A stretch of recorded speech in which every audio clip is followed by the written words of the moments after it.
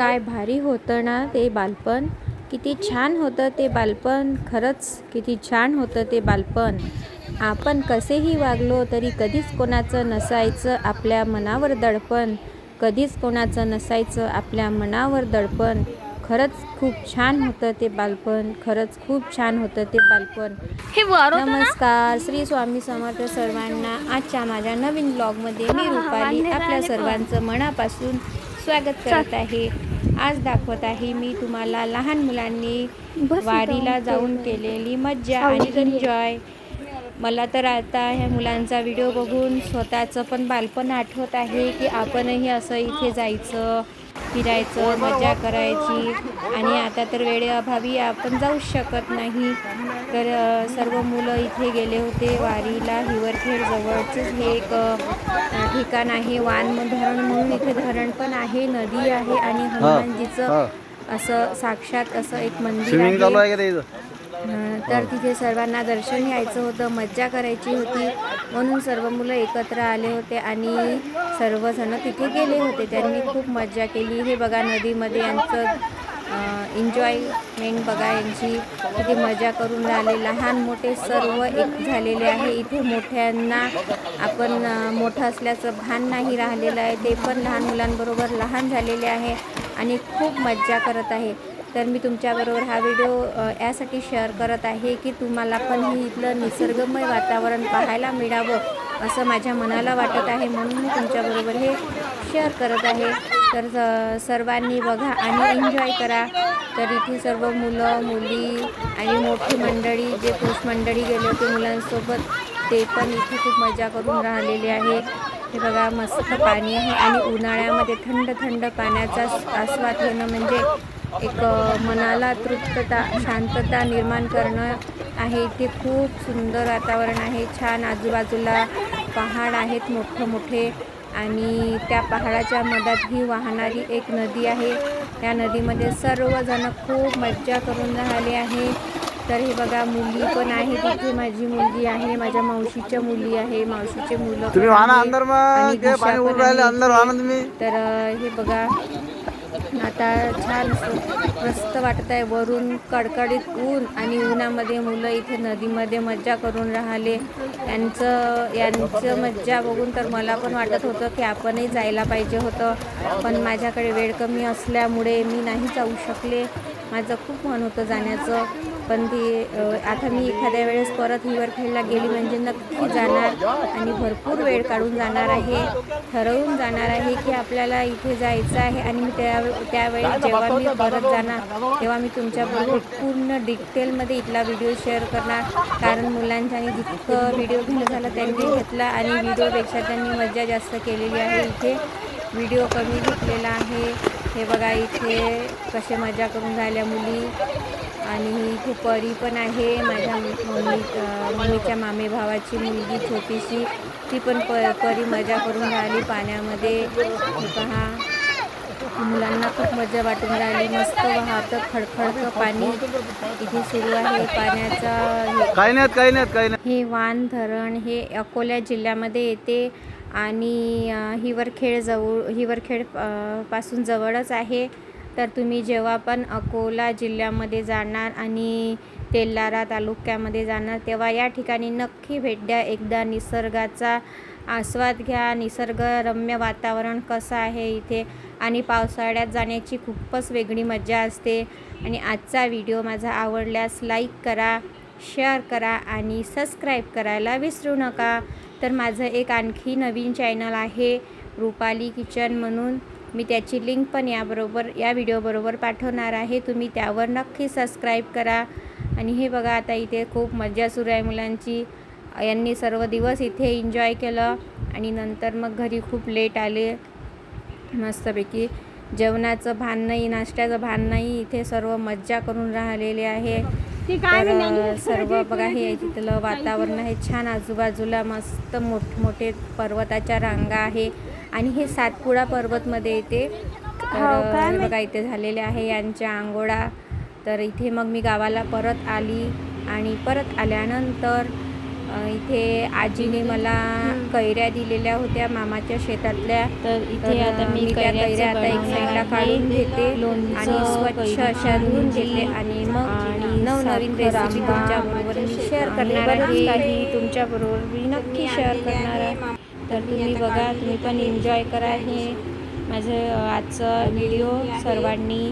तर यामध्ये आता एक पिकलेला आंबा निघालेला आहे, तर गौरीला तो चिरून खायचा आहे पिकलेला आंबा. आणि माझ्या आईने याच्यामध्ये चवळीची भाजी पण दिली, चिवईची भाजी पण दिलेली होती. ती पण भाजी छान लागते, भारी लागते, बेसन टाकून केलेली, खूप मस्त. त्याची रेसिपी पण मी तुमच्याबरोबर शेअर करणार आहे. आणि ही बाजारात पण विकत मिळते. आणि हे बघा कैरीचे वेगवेगळे प्रकार. आणि आंब्याच्या अशा कैरी जर आपल्याकडे एक्स्ट्रा असेल, भरपूर कैरी जर असल्या तर त्या चिरून आपण त्याला वाळवून त्याचं आमचूर पावडर पण बनवू शकतो. आणि कैरीच्या खुला म्हणतात त्याला, त्या खुला पण आपण बनवू शकतो. म्हणजे आपल्याला मध्ये जर कैरीची आठवण आली तर आपण कैरीची कढी वगैरे बनवायसाठी आणि कुठल्याही भाजीत टाकायसाठी ते कामी येते. त्यानंतर आता कैऱ्या सर्व धुवून झाल्या आणि इथे जेवताना आम्हाला कैरीची चटणी पाहिजे होती, तर मी इथे कैरीची चटणी बनवणार आहे. त्यासाठी इथे गौरीचा आणि दिशाचा प्रयत्न सुरू आहे कैरी चिरण्याचा. कैरी चिरणे खूप भारी जात आहे. त्यानंतर मग मी ती कैरी चिरली आणि त्यामध्ये कांदा बारीक चिरून तिखट मीठ अशा प्रकारे ही चटणी इथे बनवलेली आहे. जेवणासोबत छान जेवणाचा स्वाद वाढतो आणि जेवणाचं आपण या चटणीमुळे एक पोळी जास्तच जेवतो. खूप चविष्ट लागते ही चटणी. तर इथे जेवायला वाढलेला आहे मी. जेवणामध्ये आहे आज साधी मूग डाळीची भाजी, मूग डाळीच्या वड्यांची भाजी, शेव आणि चपाती. तर दुपारचा साधा स्वयंपाक होता. इथे आम्ही सर्वांनी जेवण केलं. सर्वजण इथे जेवायला बसलेले आहे. या सर्वांनी जेवायला. तर आता ह्या बाकीच्या कैरी आता मी सर्व कट करून घेणार आहे. आणि परत दुसऱ्या व्हिडिओमध्ये मी तुमच्याबरोबर कैरीचं कच्चं लोणचं शेअर करणार आहे. त्यानंतर मग इथे झाली होती संध्याकाळ आणि संध्याकाळचा स्वयंपाक मी करायला घेतलेला आहे. तर इथे दिशा म्हणत होती की आई मी आज भाजी बनवणार, म्हणून दिशाने इथे भाजी बनवायला घेतलेली आहे. दिशा बनवत आहे आज पत्तागोबीची भाजी. छान भाजी बनवली होती दिशानं, खूप मस्त झाली होती, खूप टेस्टी पण झाली होती. मी तर भरपूर जेवली दिशाच्या हातची भाजी. हे बघा इथं दिशानं आता भाजी बनवायला घेतलेली आहे. तिथं पॅनमध्ये तिनं तेल टाकलं, गरम करायला घेतलं आहे पॅन. आता त्यामध्ये झालेलं आहे तेल टाकून. तेल तपल्यानंतर मग 1 चम्मच जिरा पण टाकायचं आहे. जिरं टाकल्यानंतर ते छान मस्त तडतडू दिलं तिने. हे बघा इथे तेल छान तपलेलं आहे. त्यामध्ये घातलेलं आहे जिरं, मोहरी, छान असं तडतडू दिलं. आणि मग त्यानंतर ते झाल्यानंतर मग त्यामध्ये घालणार आहे ती बारीक कट करून घेतलेले कांदे. तर इथे टाकले आहे कांदे दिशानं. तर हे बघा इथं आता हे छान कांदे असे मस्त परतून घ्यायचे आहे, छान शिजू द्यायचे आहे लाल ब्राऊन होईपर्यंत. ब्राऊन कलर आल्यानंतर मग याच्यामध्ये बाकीची प्रोसिजर करणार आहे दिशा. तर आता इथे बघा कांदे मस्त मंद आचेवर होऊ देत आहे.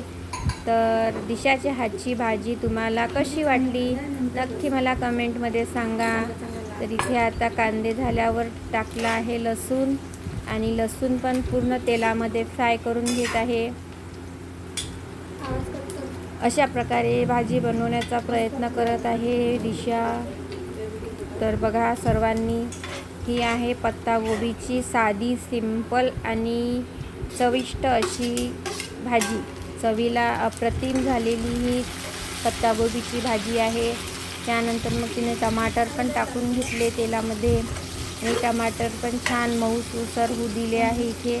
इथे आता टमाटर, लसूण आणि कांदे व्यवस्थित होत आलेले आहे, छान ब्राऊन होत आलेले आहे कांदे पण मस्त. आणि आता यामध्ये टाकून घेणार आहे चवीनुसार तिखट,